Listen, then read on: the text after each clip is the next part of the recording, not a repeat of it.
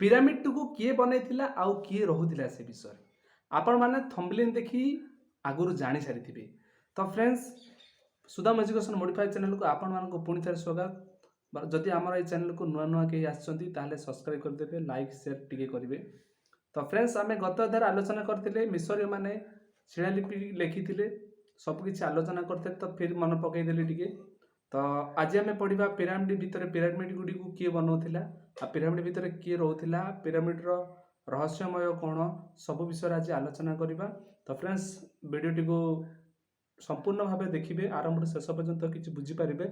तो अधारू जब वीडियोटी को स्किप कर दूसरी ताहले ए वीडियोर किसी मूल्य रही कि आपण मैंने देखिबार किसी भी मूल्य रही। तो फ्रेंड्स, दयाकोरी टिके आरंभ शेष पर्यंत वीडियोटी देखिए।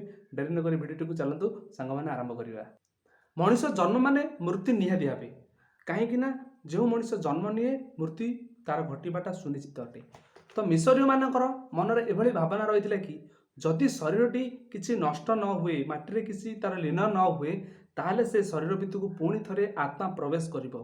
यह मिसरीय मन भितर उंकी मारुथिला एवं से कार्यटी से करुथिले। सेथिलागि से माने पिरामिडटी को बनाउथिले, आ पिरामिड रे मूर्त पार्थिव शरीरटा को से साइतिक रखुथिले, जाफल से चिंतनशील अनुसार कि तांके मन भितर ये होतिला कि जे से माने जो मृत व्यक्ति जो मरी जाए जो सी तो पुनरावृत्ति अन्य एक शरीर धारण करदेव, किंतु आंकर मन भितर एमती रही कि जे जो शरीरटी को सी छाड़ी जाए तार आत्मा पुणी ताकू जदि साइतिक रखा ताहले पुणी तार आत्मा से ही पार्थिव शरीर भितर पहुँचो। तो से से मिसरीय माने पिरामिड तैयारी करथिले एवं सेठारे ए जो मूर्त पार्थिव शरीरटी को रखुथिले। चलतु देखिबा तापर कौन हला। प्रथमे फेरंकर समाधि स्थापित होला पिरामिड भितर। से माने कौन कले, तांकर पार्थिव शरीर को नहीं विभिन्न प्रकार केमिकाल देकी जहाँ कि प्रलेपन देकी जेमती कि शरीरटा नष्ट न हो से हिसाब से साइतिक रक्षणाबेक्षण करिकी बहुत हजार हजार शह शह वर्ष ताकू सुरक्षित रखुथिले।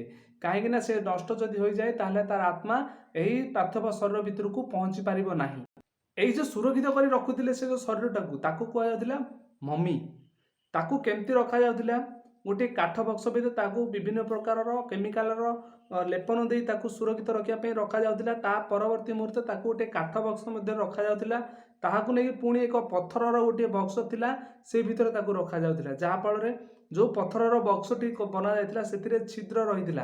कहीं मिसरीय मानक मनर एभलिया रही कि जदि सबू रास्ता बंद हो जाए ताहले आत्माटा सही शरीर भितर को प्रवेश करें। से माने प्रत्येक से जो बक्स चारिपटे छिद्र रखुथिले, कहीं अति सहजरे गोटे आत्मा से पार्थिव शरीर भितर प्रवेश कर पुणी थे जीवंत हम बोली से मन भितर एभलिया रही। तापर से माने बक्स तैयारी करी से पिरामिड रो मझी जागा को नहीं जाउथिले एवं से शीघ्र फेरिया जहाँ कि जीवन भितर जो जहाँ जहाँ घटना घटी जहाँ भल कम करते सबकि से गोटे कांथरे तार लिपिबद्ध कर रखा जाता ताहारी विषय।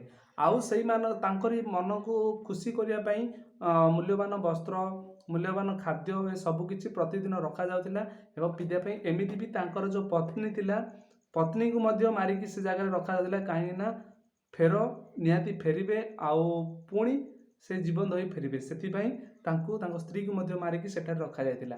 ए जो पिरामिड को आम कौट देखा मिलियो, महानदी सॉरी नील नदीर दक्षिण को बहुत गुड़िए पिरामिड से भाई अवस्थित अच्छी, जहाँ फल आम ये जिनस गुड़ी को देखा पाइपर 80 किलोमीटर पर्यंत से विस्तृत एरिया रे दक्षिण को नील नदीर से दक्षिण रे से माने बहुत गुड़िए पिरामिड अच्छी, आ से गुड़ी आम चाहिए मत जाकि देखिपर।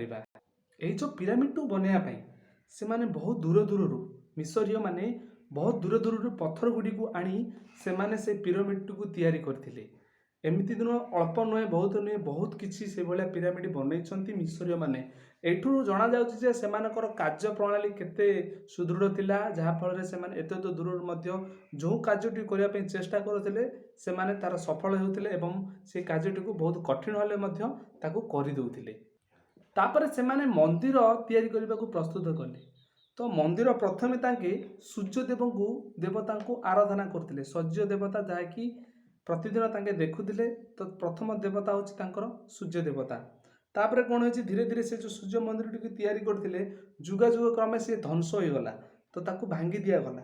ତାପରେ ପରବର୍ତ୍ତୀ ସମୟରେ 70 ଫୁଟ ଉଚ୍ଚତାର ଗୋଟେ 163 ସ୍ତମ୍ଭର ଗୋଟେ ସୃଷ୍ଟି କରି ଗୋଟେ ଗୋଟେ ଘର ତିଆରି କରି ତାକୁ ଫେରଙ୍ଗ ନାମ କୃତ୍ୟ ଅନୁସାରେ ତାକୁ ପୁଣି ଥରେ ସୂର୍ଯ୍ୟ ମନ୍ଦିର ଦେବତାର ମନ୍ଦିର ତିଆରି କଲେ। ପୁଣି ଥରେ ତାକୁ ପୂଜା କଲେ ମିଶରୀୟ ମାନେ।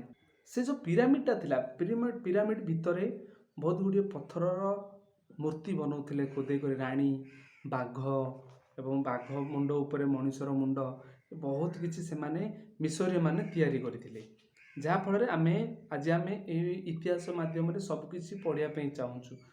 ଏବଂ ପଢ଼ିକି ମଧ୍ୟ ବହୁତ ଜିନିଷ ଆଜି ଆମେ ଆମର ତୃତୀୟ ନୟନ ଅନୁସାରେ ଦେଖିପାରୁଛୁ ଯେ ମିଶରୀୟ ମାନେ କିଭଳିଆ ରହିଥିଲେ, କେତେ ପରିଶ୍ରମ କରିଥିଲେ ଆଉ କଳା ଏବଂ ବିଜ୍ଞାନୀ କ୍ଷେତ୍ରରେ କେତେ ଆଗୁଆ ଥିଲେ।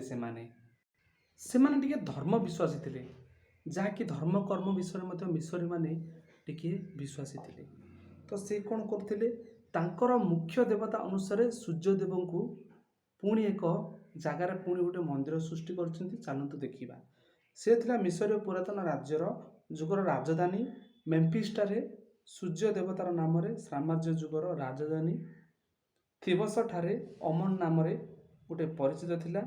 ପରବର୍ତ୍ତୀ ସମୟରେ ସୂର୍ଯ୍ୟ ଦେବତା ଅମନ ରା ରୂପରେ ବିଶ୍ୱର ଷଷ୍ଠ ସଂହାରକର୍ତ୍ତା ରୂପା ପୂଜା ପାଇଲେ। ତ ଅମନ ବୋଲି ଜାଗା ଥିଲା, ସେ ଅମନ ଜାଗାରେ ଯେଉଁ ମନ୍ଦିରଟା ତିଆରି ହେଲା ତାକୁ କୁହାଗଲା ଅମନ ରା। ମିଶରୀ ମାନେ ତାକୁ ସୃଷ୍ଟି କରିଥିଲେ। ତ ତାପରେ ସୂର୍ଯ୍ୟ ଦେବତାଙ୍କର ପ୍ରତିମୂର୍ତ୍ତି ରହିଲା, ତାକୁ ମିଶରୀ ମାନେ ପୂଜା କଲେ। ଆଉ କ'ଣ, ନୀଳନଦୀ ଦେବତାଙ୍କର ପତ୍ନୀ, ତାଙ୍କର ପୁଅ ଝିଅ ମଧ୍ୟ ତାଙ୍କର ଗୋଟେ ରଖିଥିଲେ ନା, ନୀଳନଦୀ ଦେବତା ତାଙ୍କ ପତ୍ନୀ ଇସିସ୍ ଏବଂ ସେମାନଙ୍କର ପୁତ୍ର ହରସ, ଓରିସିସ୍ ମିଶରଙ୍କ ପ୍ରଭୁ ଥିବାବେଳେ ଇସେସ୍ ଓ ହରସ ଥିଲେ ଯଥାକ୍ରମେ ଉର୍ବର ମୃତ୍ତିକା ଦେବୀ ଓ ଦୁଃଖୀ ଭାଗ୍ୟହୀନ ଦେବତାଙ୍କର ସଂହାରକର୍ତ୍ତା। ତ ସେମାନେ ସୂର୍ଯ୍ୟଦେବଙ୍କୁ ଆରାଧନା କରିକି ସୂର୍ଯ୍ୟଦେବଙ୍କୁ ନିଜର ମୁଖ୍ୟ ଦେବତା ରୂପରେ ପୂଜା କରୁଥିଲେ। ତା ପରବର୍ତ୍ତୀ ମୁହୂର୍ତ୍ତରେ ସୂର୍ଯ୍ୟଦେବଙ୍କର ପୁଅ ଝିଅ ନିଜେ ନାମିତ କରି ସେ ଯେମିତିକି ପଶୁ ପକ୍ଷୀ ଆଉ ଯେଭଳି କୃଷି କ୍ଷେତ୍ର ଏସବୁ ପାଇଁ ମଧ୍ୟ ରକ୍ଷା କରିବା ପାଇଁ ସେ ତାଙ୍କର ମୁଁ ଯେଉଁ କହିଲି ଦେବୀ ଦେବତାମାନଙ୍କୁ ପୂଜା କରୁଥିଲେ ମିଶରୀୟ ମାନେ। ଏଇ ଯେଉଁ ଦେବୀ ଦେବତାଙ୍କର ପୂଜା କରୁଥିଲେ, ସେ ସମୟରେ ଗାଈ ଗୋରୁ ପଶୁ ପକ୍ଷୀମାନଙ୍କୁ ମଧ୍ୟ ମିଶରୀ ମାନେ ପୂଜା କରୁଥିଲେ। ତାପରେ ପରବର୍ତ୍ତୀ ମୁହୂର୍ତ୍ତରେ ସେମାନେ ସେ ଯେଉଁ ଦେବୀମାନଙ୍କୁ ପୂଜା କରି ସେମାନେ ପଶୁ ବଳି ସବୁକିଛି ସେମାନେ ପୂଜା ଅର୍ଚ୍ଚନା ପାଇଁ ଫଳମୂଳ, ଏବେ ଆମର ଯେଭଳି ପୂଜା ଅର୍ଚ୍ଚନା କରିବା ପାଇଁ ଆମେ ସବୁକିଛି ଦେବତାଙ୍କ ପାଖକୁ ଯାଉଛେ, ପୂଜା କରୁଛେ, ଆସୁଛେ ମନ୍ଦିରକୁ ଯାଇ, ଠିକ୍ ସେଇଭଳି ସେମାନଙ୍କର ମଧ୍ୟ ଏହି କାର୍ଯ୍ୟଟା ସେଇ ଢଙ୍ଗରେ ହିଁ ଚାଲି ରହିଥିଲା। ସେମାନେ କ'ଣ କରିଥିଲେ, ଏଇ ଯେଉଁ ସୂର୍ଯ୍ୟ ମନ୍ଦିରଟି ଥିଲା, ଯାହାକି ତାଙ୍କର ସବୁକିଛି ଯାନିଯାତ୍ରା, ଯାହାକି ତାଙ୍କ କିଛି ସେ ଭଗବାନଙ୍କୁ ମାଗୁଥିଲେ, ସେମାନଙ୍କର ସବୁ କାମ ହେଉଥିଲା। ସେଥିପାଇଁ ସେଇ କାରଣ ସତ୍ତ୍ୱେ ସୂର୍ଯ୍ୟ ମନ୍ଦିର ବିନା ଆଉ କୌଣସି ମନ୍ଦିର ସେଠି ନିର୍ମାଣ କରିବା ପାଇଁ ଅନୁମତି ନଥିଲା। ଆଉ ସେଇ ମିଶରୀୟ ମାନଙ୍କ ଭିତରୁ ଜଣେ ଜୀବନ ଦାୟିତ୍ୱର ଜଣେ ପ୍ରଶଂସନୀୟ କିଏ ଜଣେ ରାଜା, ତାଙ୍କ ନାଁ ହେଉଛି ଆକ୍ଟା ନାମରେ ପରିଚିତ। ସେ ଗୋଟେ ସୂର୍ଯ୍ୟଙ୍କର ସ୍ତୁତି ଲେଖିଥିଲେ। ସେ ହେଲା, ଦିଗ୍ବଳୟ ତବ ଆଗମନୀ ସୌନ୍ଦର୍ଯ୍ୟ, ହେ ପ୍ରଭୁ ଆଟନ ଜୀବନ ଆରମ୍ଭ, ସ୍ୱର୍ଗୀୟ ପୂର୍ବ ଭାଗେ ଉଦିତ ବଳୟ, ମହିମାର ପରିପୂର୍ଣ୍ଣ ଜଳସ୍ଥଳ ସୌଭାଗ।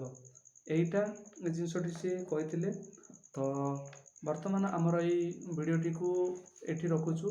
ତ ପରବର୍ତ୍ତୀ ମୁହୂର୍ତ୍ତରେ ମୁଁ ଆଶା କରୁଛି ଏ ଭିଡ଼ିଓଟିକୁ ଆପଣମାନେ ଆରମ୍ଭରୁ ଶେଷ ପର୍ଯ୍ୟନ୍ତ ଦେଖୁଥିବେ। ତ ଆପଣମାନେ ଯଦି ଆମକୁ ଯଦି କମେଣ୍ଟ କରିବେ, ତାହେଲେ ଆପଣଙ୍କୁ ଠିକ୍ ଭାବରେ ଆହୁରି ବହୁତ କିଛି ନଲେଜଫୁଲ୍ ଜିନିଷ ଆମେ ଦେଖେଇବୁ। ଏବଂ ଏବେ ତ ଧୀରେ ଧୀରେ ସବୁକିଛି ଆମେ କିଛି 2ଟା ପାଠ ସରିଗଲାଣି। ଯେଉଁ ଫ୍ରେଣ୍ଡସ୍ ମାନେ ଆପଣ ଦେଖିନାହାନ୍ତି, ତାହେଲେ ଏଇ ଭିଡ଼ିଓଟିକୁ ପୁଣି ସେମାନଙ୍କୁ ସେୟାର କରିଦେବେ ଟିକେ। ଆଉ ଯେଉଁମାନେ ଜାଣିନାହାନ୍ତି, ସବୁ ସହଜରେ ଅତି ସରଳ ମାଧ୍ୟମରେ ଏ ଭିଡ଼ିଓଟିକୁ ଆମେ ବନେଇଛୁ। ଯଦି ବି ତ୍ରୁଟି ଘଟେ ତାହେଲେ କ୍ଷମା କରିଦେବେ। ତ ଫ୍ରେଣ୍ଡସ୍, ଆହୁରି ଆମେ ଯେମିତି ସ୍ୱଚ୍ଛ ସୁନ୍ଦର ଭାବରେ ତୁମେମାନେ ବୁଝିପାରିବ, ସେମିତି ଆହୁରି ଭିଡ଼ିଓ ବନେଇବୁ। ତ ଜୟ ଜଗନ୍ନାଥ। ଏଇଠୁ ରହୁଛି ନମସ୍କାର, ସର୍ବବିଦାୟ ନେଉଛି। ଯେଉଁମାନେ ଆସିଛନ୍ତି, ଯାଉଛନ୍ତି, ଦେଖୁଛନ୍ତି ଭିଡ଼ିଓଟିକୁ, ଟିକେ ସବସ୍କ୍ରାଇବ୍ ଏବଂ ଲାଇକ୍ ଟିକେ କରିଦେବେ। ଜୟ ଜଗନ୍ନାଥ।